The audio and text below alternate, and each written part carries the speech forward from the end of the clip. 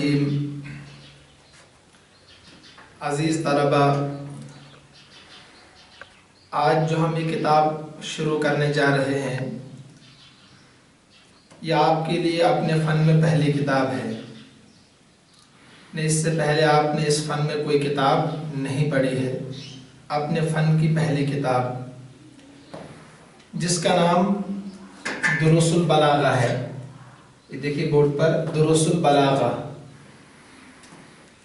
میں عموماً کوئی بھی کتاب شروع کرنے سے پہلے طلباء سے یہ بات کہا کرتا ہوں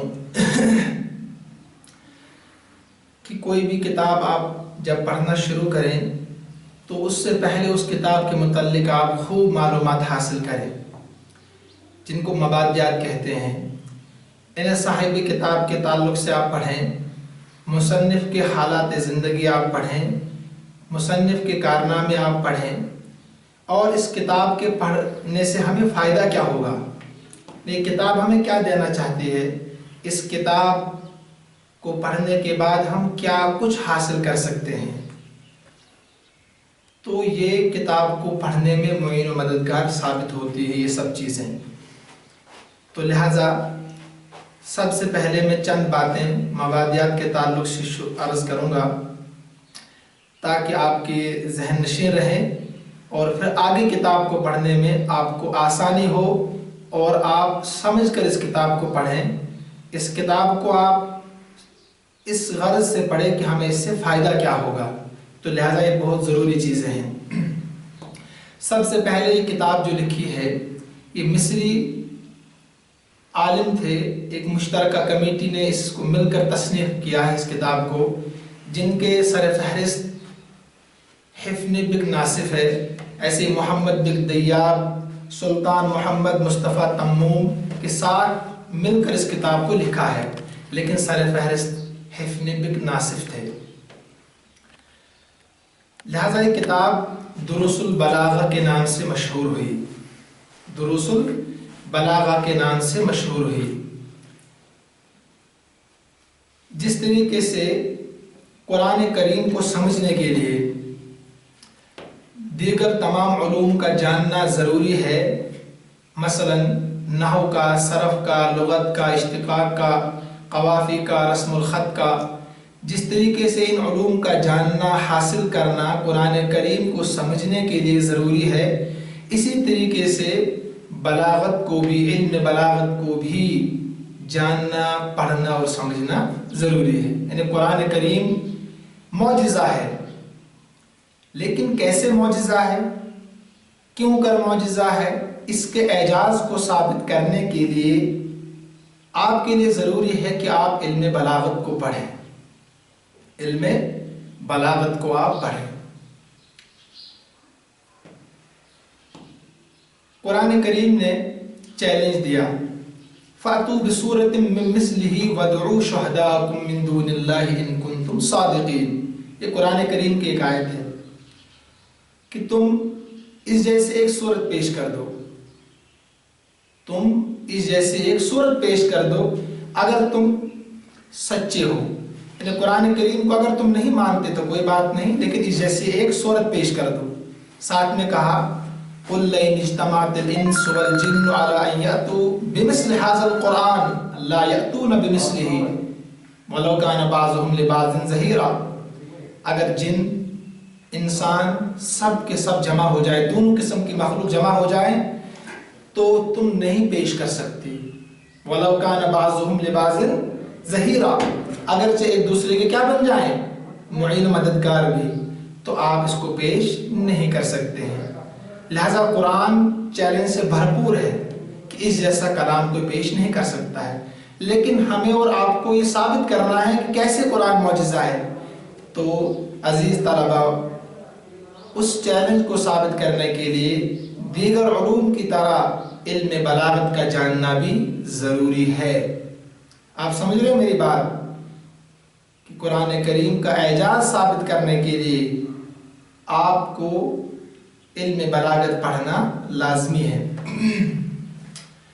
ایک کتاب مختصر المعانی ہے، اس کی تلخیص ہے یہ علم بلاغت۔ تو لہٰذا یہ کتاب بہت ہی عمدہ اور نفیس کتاب ہے بلاغت کو سمجھنے کے تعلق سے۔ تو لہٰذا یہ بنیادی چند چیزیں تھیں جو میں نے آپ کو بتائی۔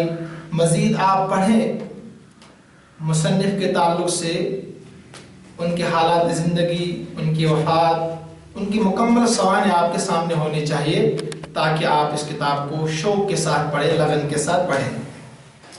اب ہم اصل کتاب کی طرف آتے ہیں۔ دیکھیے صاحب کتاب رحمۃ اللہ علیہ نے بسم اللہ الرحمن الرحیم سے اپنی کتاب کو شروع کیا ہے، لیکن ایک حدیث ہمارے سامنے ہے، کل امر ذی بال لم یبدأ بسم اللہ فهو ابتر،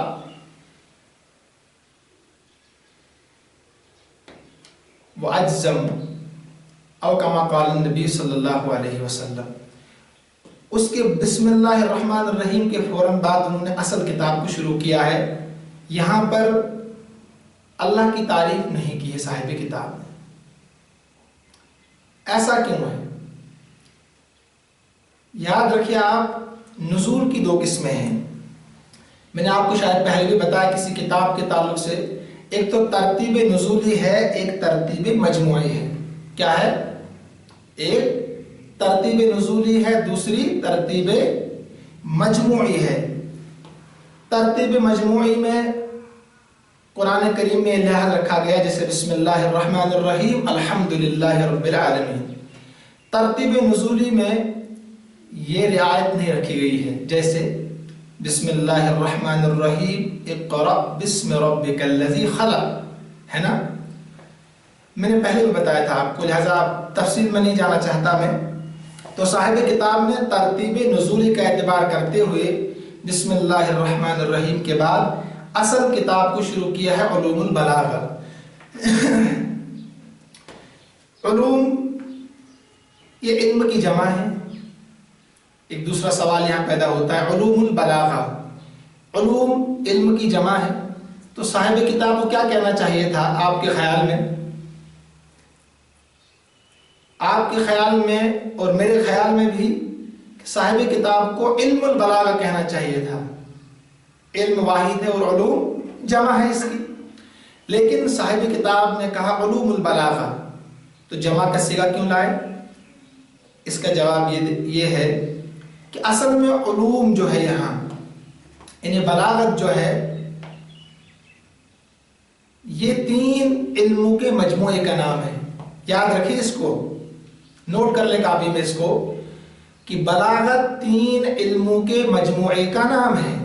بلاغت 3 علموں کے مجموعے کا نام ہے۔ نمبر 1 علم معانی، نمبر 2 علم بیان، نمبر 3 علم بدیع۔ اب آپ سمجھ گئے ہوں گے کہ اس کتاب میں صرف یہ 3 چیزیں ہیں۔ کتنی؟ 3 چیزیں۔ نمبر 1 بولیے، نمبر 1 علم معانی، نمبر 2 علم بیان، اور نمبر 3 علم بدیع۔ تو 3 چیزوں کے مجموعے کا نام بلاغت ہے، لہذا صاحب کتاب نے علوم کا لفظ جمع لایا ہے، علوم البلاغہ۔ علوم البلاغہ یہ فن بلاغت کے علوم میں، یہ فن بلاغت کے علوم میں، لہذا اس سے آگے ہم چلتے ہیں۔ آپ مقدمۃ فی الفصاحۃ والبلاغہ، مقدمۃ فی الفصاحۃ والبلاغہ۔ یہ مقدمہ دال پر زیر بھی پڑھتے ہیں اور دال پر زبر بھی پڑھتے ہیں۔ اگر ہم مقدمۃ پڑھیں گے تو باب تفعیل سے اس میں فاعل کا صیغہ ہوگا۔ اگر دال پر ہم زیر پڑھیں گے، جر دیں گے، تو یہ اس میں فاعل کا صیغہ ہوگا باب تفعیل سے۔ اس کا معنی ہوگا آگے کرنے والا، آگے کرنے والا، آگے بڑھانے والا۔ تو مقدمۃ فی الفصاحۃ والبلاغہ، یعنی فصاحت اور بلاغت میں آگے کرنے والا۔ یہ مقدمۃ الجیش سے ماخوذ ہے، جیسے لشکر سے پہلے چند لوگ جاتے ہیں، وہ انتظام دیکھتے ہیں، معائنہ کرتے ہیں جگہ کا، اسی طریقے سے یہ مقدمہ اصل کتاب سے پہلے ہوتا ہے، تاکہ اصل کتاب کو پڑھنے میں یہ مقدمہ معین و مددگار ثابت ہو، معین و مددگار ثابت ہو۔ تو اس کو مقدم آگے پڑھیں گے تو اس کا معنی ہے آگے کرنے والا۔ اگر دال پر زبر پڑھیں گے تو اس میں مفعول کا صیغہ ہوگا، اس میں مفعول کا صیغہ ہوگا، آگے کیا ہوا، آگے پہلا والا سبجیکٹ دوسرا والا آبجیکٹ، سمجھ رہے ہیں آپ؟ زبر کے ساتھ پڑھیں گے تو مفعول کا صیغہ ہوگا، یعنی مقدمتن دال پر زبر، اور مقدمتن پڑھیں گے تو اس میں فاعل کا صیغہ ہوگا۔ تو دونوں طریقے سے آپ پڑھ سکتے ہیں، دونوں میں کوئی حرج نہیں ہے، لیکن پھر بھی یہ عبارت ناقص ہے۔ ناقص کا مطلب ہے صرف خبر یہاں ہے، آپ پڑھیں مقدمتن فی الفصاحت والبلاغہ، مقدمہ فصاحت اور بلاغت کے بیان میں، یا یہ مقدمہ ہے فصاحت اور بلاغت کے بیان میں۔ عربی اعتبار سے یہاں کچھ پوشیدہ ہے، وہ کیا ہے بتائیں آپ؟ وہ ہے مبتدا، تو مبتدا آپ کو لانا پڑے گا یہاں پر۔ تو اصل عبارت ہوگی حاضی مقدمتن فی الفصاحت والبلاغہ، یہ مقدمہ ہے فصاحت اور بلاغت کے بیان میں۔ اب عبارت پوری ہو گئی، یہ مقدمہ ہے فصاحت اور بلاغت کے بیان میں، بلاغت کی تعریف میں۔ عزیز طلبہ، اب یہاں سے ہم اصل کتاب شروع کر رہے ہیں، اصل کتاب شروع کرنے جا رہے ہیں۔ یاد رکھیے ہر چیز کے دو معنی ہوتے ہیں، یعنی ہر لفظ کو دو طریقے سے استعمال کیا جاتا ہے، تو لغوی اعتبار سے کہ ڈکشنری نے، واضح نے اس کو کس اعتبار سے اصل میں استعمال کیا ہے، اور نمبر دو اصطلاحی اعتبار سے، نمبر دو اصطلاحی اعتبار سے۔ تو یہاں پر بھی فصاحت کی تعریف جو ہوئی ہے وہ دو اعتبار سے، ایک تو لغوی اعتبار سے، نمبر دو اصطلاحی اعتبار سے، لغوی اور اصطلاحی اعتبار سے۔ تعریف الفصاحہ، پہلے دیکھیے آپ ترجمہ کتاب کا۔ تعریف الفصاحہ، الفصاحۃ فی اللغۃ تنبئ عن البیان والظہور، یقال افصح الصبی فی منطقہ اذا بان وظہر کلامہ، وتقع فی الاصطلاح وصفا للکلمۃ والکلام والمتکلم۔ عبارت پوری ہو گئی۔ فصاحت کی تعریف، تعریف الفصاحہ مرکب اضافی ہے، کیا ہے؟ مرکب اضافی، مضاف اور مضاف الیہ۔ فصاحت کی تعریف، الفصاحت فی اللغہ، فصاحت لغت میں، تنبئ عن البیان والظہور، خبر دیتی ہے بیان کی اور ظہور کی۔ یعنی لغت میں فصاحت کہتے ہیں بیان کرنے کو اور ظاہر کرنے کو، واضح کرنے کو اور ظاہر کرنے کو، لغت میں کہتے ہیں واضح کرنے کو اور ظاہر کرنے کو، یہ لغوی تعریف ہے، ذہن میں رکھیں آپ۔ اس کو مثال سے بھی سمجھایا ہے، محاورے سے۔ کیسے؟ اس کو محاورے سے سمجھایا ہے۔ یقال، کہا جاتا ہے، یقال جو آیا عربی میں اس کا معنی ہے محاورہ، کہا جاتا ہے، عرف میں، معاشرے میں کہا جاتا ہے، افصح الصبی فی منطقہ، افصح الصبی فی منطقہ، بچہ اپنی بول چال میں فصیح ہو گیا، بچہ اپنی بول چال میں فصیح ہو گیا۔ یعنی ایک بچہ جب بولنا شروع کرتا ہے، اس کی زبان صاف ہو جاتی ہے، اس کے الفاظ واضح ہو جاتے ہیں، سمجھنے میں دشواری نہیں ہوتی ہے سامع کو، تو اس وقت کہتے ہیں افصح الصبی فی منطقہ، کہ بچہ اپنی بول چال میں کیا ہو گیا؟ بالکل فصیح ہو گیا، بالکل فصیح ہو گیا، لیکن اس کے الفاظ کیا ہونے لگے؟ ظاہر ہونے لگے، واضح ہونے لگے۔ اذا بان وظہر کلامہ، جب وہ صاف اور ظاہر کرنے لگے اپنے الفاظ کو، ظہر کلامہ، اس کا کلام ظاہر ہونے لگے اور واضح ہونے لگے۔ یہ کلامہ بانا اور ظہر کا کیا ہے؟ یہ فاعل ہے، کہ جب اس کا کلام ظاہر اور واضح ہونے لگے۔ یہ تو لغوی تعریف تھی جو آپ کے سامنے آ گئی۔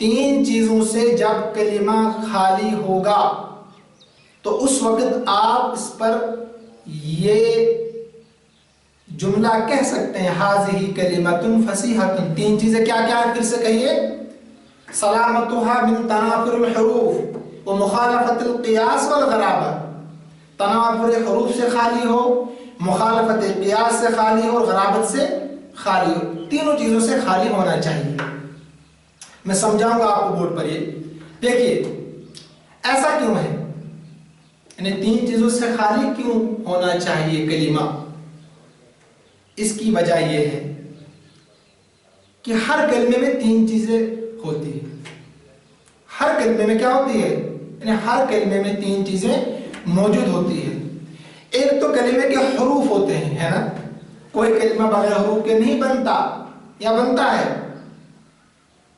ہاں، کوئی کلمہ بغیر حروف کے نہیں بنتا ہے۔ جب کوئی کلمہ بغیر حروف کے نہیں بنتا ہے تو اب وہ کلمے کے جو حروف ہے وہ ہر عیب سے پاک بھی ہونے چاہیے۔ سمجھ رہے میری بات آپ؟ کلمے کے جو حروف ہے جس کو مادہ کہتے ہیں آپ، تو کلمے کے جو حروف جو مادہ ہے وہ ہر عیب سے پاک ہو، ہر عیب سے پاک ہو۔ اگر وہ ہر عیب سے پاک ہوگا، ہر عیب سے پاک ہوگا تو آپ کہیں گے کہ یہ کلمہ فصیح ہے۔ لیکن اگر اس میں کوئی عیب پایا جا رہا ہے، یعنی اگر کلمے کے حروف میں، کلمے کے حروف میں، حرفوں میں کوئی عیب ہے تو اسی کا نام ہے تنافر حروف۔ سمجھے میری بات آپ؟ اگر کلمے کے حرفوں میں کوئی عیب ہے، عیب میں بتاؤں گا ابھی، کلمے کے حرفوں میں کوئی عیب ہے، پہلے آپ تعریف سمجھے صرف۔ کلمے کے حرفوں میں اگر کوئی عیب ہے اس کا نام ہے تنافر حروف۔ کیا نام ہے اس کا؟ تنافر حروف۔ نمبر 2، کلمے کی شکل ہوتی ہے نا؟ سیگا اس کو بولتے ہیں، سیگا کے معنی آتے ہیں شکل، ہے نا؟ کلمے کی ایک شکل ہوتی ہے، اگر شکل میں عیب ہو، اگر کیا ہو؟ شکل میں ہی عیب ہو، شکل میں کوئی خرابی ہو تو آپ کیا کہیں گے؟ مخالفت قیاس۔ کیا کہیں گے آپ؟ یعنی اگر کلمے کی شکل ہی خراب ہو، کلمے کی شکل درست نہ ہو تو اس کا نام کیا ہوگا؟ مخالفت قیاس، مخالفت قیاس۔ نمبر 3، جب کلمہ وجود میں آیا، واضع نے، بنانے والے نے کلمہ بنایا، تو کیوں بنایا؟ اس لیے بنایا تاکہ وہ کسی معنی پر دلالت کرے۔ مثلا قلم ہے نا، اس قلم کا نام قلم اس لیے دیا گیا ہے کہ یہ لکھنے پر دلالت کرتا ہے نا؟ کتاب کو کتاب اس لیے نام دیا گیا ہے کہ اس میں پڑھی جانے والی چیز ہے۔ قرآن کو اس لیے قرآن کا نام دیا گیا، اس میں پڑھی جانے والی چیز ہے، بار بار پڑھی جانے والی چیز ہے۔ تو تیسری چیز کیا ہے کہ کلمہ معنی مرادی پر کس قدر واضح ہے، یعنی کلمہ معنی پر دلالت کرتا ہے کہ نہیں۔ اگر کلمہ معنی پر دلالت نہیں کرتا، اس میں کوئی عیب ہے تو اسی کا نام کیا ہوگا؟ غرابت۔ کیا ہوگا اس کا نام؟ غرابت۔ ٹھیک ہے؟ اگر مادے میں، حروف میں کوئی عیب ہے تو اس کا نام ہوگا تنافر حروف۔ کیا ہوگا؟ اگر مادے میں، حروف میں کوئی عیب ہے تو کیا نام ہوگا؟ تنافر حروف۔ اگر شکل و صورت میں کوئی عیب ہے تو کیا نام ہوگا اس کا؟ مخالفت قیاس۔ لیکن اگر